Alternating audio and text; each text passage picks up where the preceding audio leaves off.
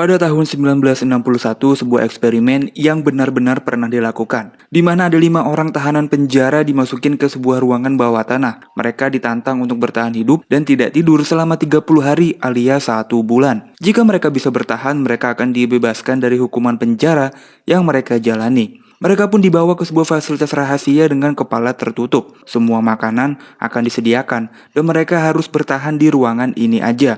Untuk menjaga mereka tidak tidur, seluruh ruangan diberi asap gas melatonin. Hari pertama pun dimulai. Karena perjalanan jauh, mereka pun saling memberikan makanan. Percakapan pun mulai terjadi di antara mereka. Kenapa mereka bisa masuk ke dalam penjara? Eric masuk ke dalam penjara karena membunuh, Sean karena merampok, Luke tidak membayar pajak. Aneh-aneh aja ya? Murder. Why are you in here? Robbery. I didn't pay my taxes. Di hari kedua eksperimen mereka masih semangat, masih berjalan-jalan. Patrick sibuk membaca buku sedangkan Eric dan Edward bermain kartu. Sean mencoba mencari lawan bicara, ia pun berbicara dengan Luke yang ternyata adalah orang yang temperamental. Dengan cepat ia pun langsung emosi dan meledak-ledak. I mean, life was a fucking mess. Yeah, I'm fucking ungrateful. Tiba-tiba terdengar suara dari speaker yang menyuruh mereka berbaris untuk melakukan aktivitas fisik. Kali ini mereka disuruh push up. Selain itu mereka semua wajib menuliskan apa yang mereka rasakan selama di ruangan ini di bawah buku diari yang sudah disiapkan. Di hari ketiga, perlahan-lahan mereka sudah lebih banyak diam. Edward berinisiatif mengajak mereka bermain kartu bersama. Tiba-tiba suasana menjadi sendu saat Sean bercerita tentang keluarganya. Bagaimana dia rindu dengan keluarganya yang ia tinggalkan selama ia di penjara. Why are you crying, ma? She was crying, like, she just said to me she was so proud. One line I had. One line. My mum, when I come home, you know, she'll be waiting up for me. Di hari keempat, gejala mulai terlihat. Eric yang pendiam mulai mengalami serangan psikologis. Ia meminta semua orang untuk berhenti bernafas. Suara itu terngiang-ngiang di kepalanya membuatnya sangat tersiksa. Just stop breathing, please.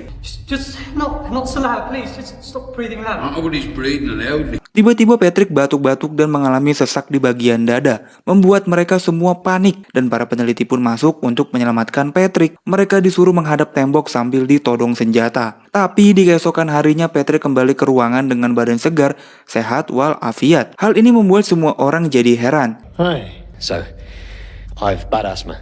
Maybe you should work for them.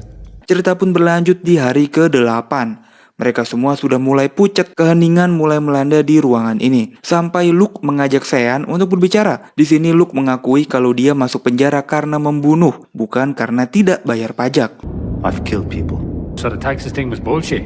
Luke pun melanjutkan bahwa dia hidup hanya berdua dengan ibunya yang lumpuh. Sehingga dari kecil, Luke selalu dibully oleh orang-orang di sekitarnya. Growing up, my mother was paralyzed from the neck down. One day I asked, "Can you hug me?" Tear rolled down her face. It's the first time I saw her cry. Appreciated everything that I have. If you have 2 working legs, 2 arms, 2 eyes, 2 ears, you have nothing to whine about, so stop complaining. Sampailah suatu ketika ia tidak tahan lagi karena banyak anak kecil yang membuli kondisi ibunya. Akhirnya Luke menghabisi salah satu bocil itu, guys. Nah, hal ini membuat Edward langsung emosi karena ternyata Edward kehilangan anaknya yang masih kecil. Ketika anaknya pergi sekolah, anaknya tidak pulang lagi. Sehingga ia pun mencari pembunuhnya dan menghabisi orang yang ia temukan secara membabi buta. Ketika Edward sudah hampir emosi, mereka pun terpisahkan oleh suara para peneliti yang dari speaker. Di hari ke-12, Patrick kembali mengalami sesak di bagian dada. Ia pun kembali diangkut oleh para peneliti. Nah, di hari inilah gejala mereka mulai makin parah. Dimulai dari Eric yang mengalami kecemasan. Ia mengetuk kaca yang digunakan para peneliti untuk meminta dikeluarkan dari ruangan ini. Semakin lama, Eric semakin menjadi-jadi. Ia berteriak seperti orang kesetanan, hingga memuntahkan darah. Begitu juga dengan Sean yang berhalusinasi memikirkan keluarganya yang ia tinggalkan. Sedangkan Luke dan Edward, mereka tertawa sangat bahagia melihat kondisi Sean. Di hari ke-13 mereka semua sudah seperti mayat hidup, hanya diam saja tapi bernafas. Terdengar suara dari speaker yang meminta mereka menghadap tembok, namun gak ada satupun dari mereka yang menurutinya. Sampailah Patrick kembali masuk ke ruangan dan terkaget-kaget melihat semua orang udah berbeda. Dan ternyata Patrick adalah seorang penyusup. Dia adalah peneliti yang berpura-pura menjadi tahanan, di mana di hari keempat, ke-12, dan 21, Patrick akan berpura-pura terkena serangan asma dan dikeluarkan. On day 4, 12, and 21, we will want you to fake the asthma attacks. In the event that anything does happen, I want to guarantee that my wife and son will be looked after. Patrick. Nah, untuk berjaga-jaga, Patrick diberikan catatan yang berisi latar belakang dari semua tahanan. What's this? I've added these diaries for all the men in the experiment. There's already stuff written in here. That's just some background information on the prisoners. Tanpa sepengetahuan peneliti, catatan ini diambil oleh Luke. Ia pun tertawa melihat catatan ini, guys. Di sisi lain, Edward mulai mengalami halusinasi dengan kehadiran anaknya yang hilang.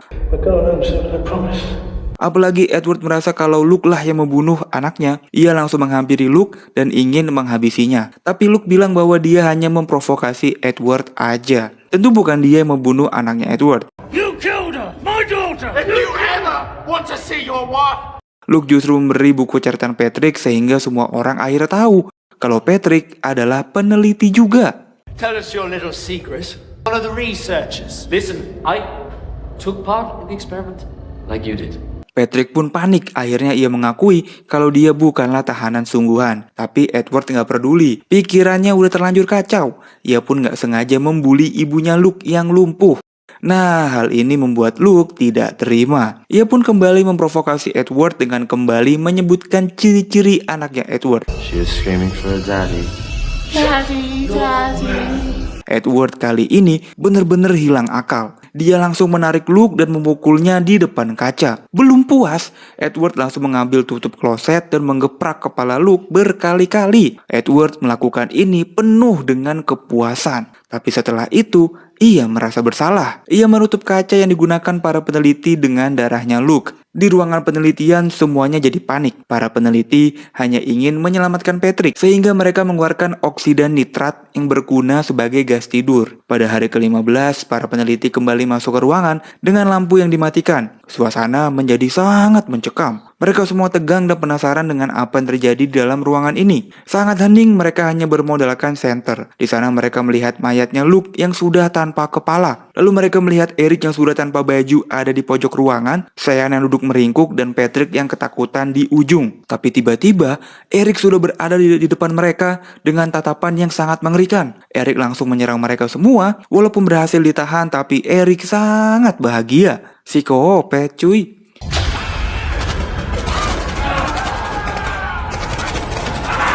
Eksperimen pun berakhir. Bertahun-tahun kemudian rekaman eksperimen ini bocor ke publik, membuat kepolisian segera melakukan investigasi pada Christopher Samson yang menjadi kepala peneliti. Mereka mewawancarai Samson tentang apa yang sudah ia perbuat. Namun Samson seakan bisa menjawab semua pertanyaan polisi ini dengan tepat dan benar. Polisi pun gak bisa menangkap Samson karena barang bukti kurang. Singkat cerita, polisi pun lanjut mewawancarai peneliti lain. Di sini dia menceritakan ambisi besar Samson dalam penelitian ini, sehingga ia yakin bahwa Samson masih menjalankan penelitian lainnya. Polisi pun langsung bergerak cepat. Polisi pun tiba di rumahnya Samson. Rumahnya tampak gelap dan sepertinya memang sudah dikosongkan. Di ruangan bawah tanah, polisi menemukan buku diary dari Patrick dan sebuah kaset. Kaset ini merupakan rekaman di hari ke-24. Semua tahanan termasuk Patrick sudah tewas karena infeksi. Sedangkan Edward masih hidup namun dalam keadaan yang kritis. Di sini Edward masih berhalusinasi dan menganggap Luke adalah benar-benar yang membunuh anaknya. Samson hanya tertawa.